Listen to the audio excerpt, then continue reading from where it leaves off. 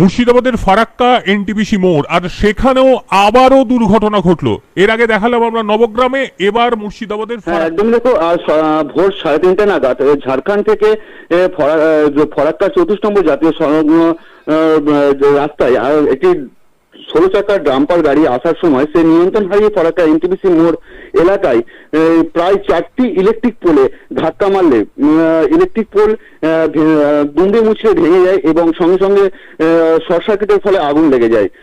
ঘটনার খবর পেয়ে জানাজানি হতেই ফরাক্কা থানার পুলিশ ঘটনাস্থলে পৌঁছায় এবং দমকলের বাহিনী সেখানে পৌঁছায়। পাশাপাশি পৌঁছায় ইলেকট্রিক দপ্তরের আধিকারিকরা। সঙ্গে সঙ্গে ইলেকট্রিক সংযোগ করে দেওয়া হয় এবং বিচ্ছিন্নর পরেই সেই আগুন নিয়ন্ত্রণে নিয়ে আসা হয়। পাশাপাশি আগুন নিয়ন্ত্রণে এলে ফরাক্কা থানার পুলিশ সেই গাড়িটিকে সেখান থেকে উদ্ধার করে। তবে পুলিশ সূত্রে আমরা যেটা জানতে পেরেছি যে ড্রাইভার এবং খালাসি দুজনেই পলাতক। এলাকা বাসিন্দা সূত্রে যেটা আমরা জানতে পারছি সেটা হচ্ছে গাড়ির চালক যে ছিল সে চালক ঘুমিয়ে গেছিল, যার ফলে এরকম একটা বড় দুর্ঘটনা ঘটেছে।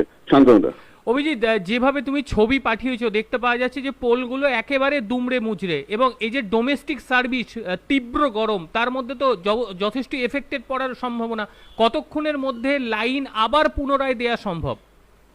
হ্যাঁ, একদমই। পুরো যে দুর্ঘটনাটি ঘটেছে, যার ফলে সমস্ত ইলেকট্রিক তার সেখান থেকে বিচ্ছিন্ন করে দেওয়া হয়েছে এবং খুব তাড়াতাড়ি দ্রুত এই কাজ সমাধান হবে বলে আমরা ইলেকট্রিকের যে আধিকারিকরা ছিলেন, যেসব কর্মীরা ছিলেন তাদের কাছ থেকে আমরা জানতে পেরেছি যে যেহেতু প্রচন্ড গরমের ফলে ইলেকট্রিক একটা বিচ্ছিন্ন হয়ে রয়েছে এবং দ্রুত এই কাজ সমাধান হয়ে যাবে বলে আমরা ইলেকট্রিকের যে কর্মীরা আছে তাদের কাছ থেকে আমরা জানতে পেরেছি। একেবারে শেষে আবারও প্রথম থেকে তোমার কাছে জানতে চাইবো, যারা শেষে লাইভে এলো, কোন জায়গাকার ঘটনা, কখন নাগাদ হয়েছে, আরো একবার। হ্যাঁ, একদমই। দেখো, ফরাক্কা এনটিপিসি মোড়ে একটি ঝাড়খণ্ড থেকে 34 নম্বর জাতীয় সড়ক একটি ডাম্পার গাড়ি আসছিল ভোর 3:30 নাগাদ। সে তখনই ড্রাইভার নিয়ন্ত্রণ হারিয়ে ইলেকট্রিক পোলে 4টি ইলেকট্রিক পোলে ধাক্কা মারে এবং যার ফলে ইলেকট্রিকের শর্ট সার্কিটের ফলে আগুন ধরে যায় এবং আগুন ধরে যাওয়ার ফলে সঙ্গে সঙ্গে খবর পেয়ে ফরাক্কা থানার পুলিশ ঘটনাস্থলে পৌঁছায় এবং ফরাক্কা থানার পুলিশের তৎপরতায় দমকলের বাহিনীও সেই জায়গায় পৌঁছায়। পাশাপাশি পৌঁছায় ইলেকট্রিক দপ্তরের কর্মীরা এবং ইলেকট্রিক দপ্তরের কর্মীরা এসে ইলেকট্রিক বিচ্ছিন্ন করে দেয়। ইলেকট্রিক বিচ্ছিন্ন করার পরে সঙ্গে সঙ্গে আগুন নিয়ন্ত্রণে নিয়ে আসে এবং ফরাক্কা থানার পুলিশ তারপরে গাড়িটিকে সেখান থেকে উদ্ধার করে।